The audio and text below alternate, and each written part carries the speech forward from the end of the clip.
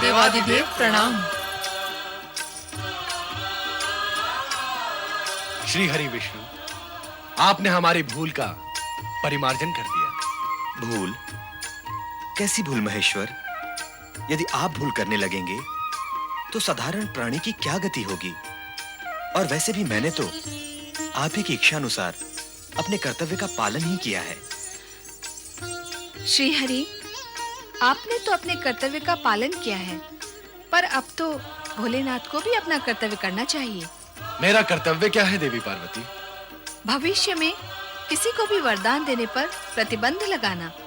समाप्त कर दें अब वरदान देने की परंपरा। यह कार्य अब ब्रह्मदेव व श्रीहरि विष्णु को सौंप दें। नारायण नारायण। माता जो दे वो देवता, और देवता देने का कार्य कैसे समाप्त कर सकते हैं? भगवान भोलेनाथ ना परंपरा त्यागेंगे, ना अपना उदार स्वभाव। वो तो भोले भंडारी हैं। अर्थात फिर से कोई को पात्र निर्दोष जन पर अत्याचार करने आएगा? नहीं नहीं माता, अब भगवान भोलेनाथ केवल सुपात्र को ही वरदान देंगे। सच्चे भक्तों को हानि भी तो नहीं होनी चाहिए। निश्चिंत रहो देवी पार्वती, अब तुम्हें कुछ कहने का अवसर नहीं मिलेगा। अब हम वरदान देने से पूर्व पात्र की परीक्षा लिया करेंगे। देवादिदेव महादेव की जय, पालन करता श्री हरि विष्णु की जय, भगवान भोलेनाथ की जय। शिव शंकर का जय घोष कैलाश में गूंज उठा।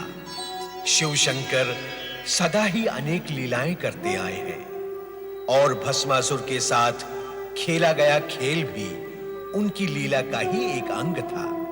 महेश्वर शिव भक्त जनों को प्रसन्न करने के लिए उनके आवाहन पर सदा ही तत्पर रहते हैं। इसीलिए तो उनका नाम भोलेनाथ है। इन्हीं भोलेनाथ का नाम स्मरण करने से जन जन का कल्याण होता है। और आज गिरनार की तलहटी में भक्त जन तन मन से भगवान भोलेनाथ को पुकार रहे हैं।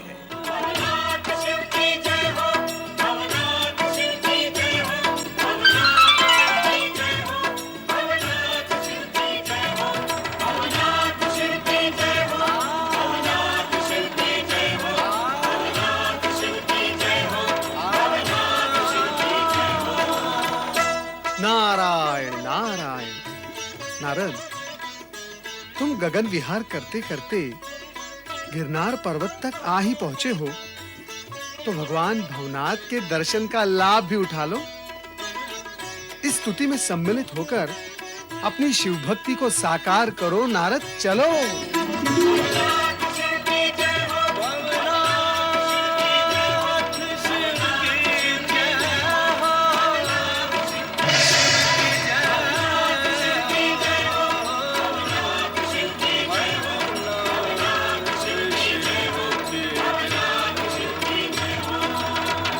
नारायण नारायण।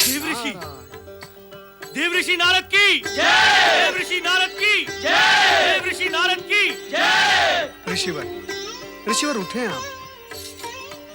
आप मेरे चरण स्पर्श करके मुझे पाप का भागी न बनाएं। देवऋषि नारद, हमारे सौभाग्य से जब आप यहाँ प्रकट हो ही गए हैं, तो कृपा कर भगवान भवनाथ की कथा सुनाएं। हाँ देवर्षि, आप तो इस कथा के प्रत्यक्ष साक्षी रहे हैं। ऋषिगण, कथा तो आप भली भांति जानते ही होंगे। यहाँ रेवताचल गिरनार पर तो भगवान भोलेनाथ, परमपिता ब्रह्मा जी और श्रीहरि विष्णु के साथ सभी देवगण अंश रूप में विराजित हैं। ये सत्य तो हम भी जानते हैं देवर्षि, कि उनके यहाँ पधारने की कथा भगवान भवनाथ की कथा से जुड़ी हुई है, किंतु हम आपके श्रीमुख से मूल कथा सुनना चाहते हैं। ऋषिगण, मैं स्वयं इस कथा का एक पात्र रहा हूँ। ऐसे में मेरे ही मुख से ये कथा सुनने में आपको पूर्ण आनंद नहीं प्राप्त होगा। उत्तम यही होगा कि कथा का पूर्ण आनंद लेने के लिए आप शौनक ऋषि के आश्रम में जाएं। आप इस कथा के पात्र रहे हैं, ये तो और भी सुखद है। कथा का प्रत्येक प्रसंग विस्तार पूर्वक सुनने को मिलेगा। देवऋषि, कृपया हमारा अनुरोध न टालें। हाँ देवर्षि, आपके श्रीमुख से कथा सुनने का आनंद अपूर्व होगा। नारायण नारायण। यदि आपकी यही इच्छा है तो मुझे कथा तो सुनानी ही होगी। आप यहाँ पधारें देवऋषि।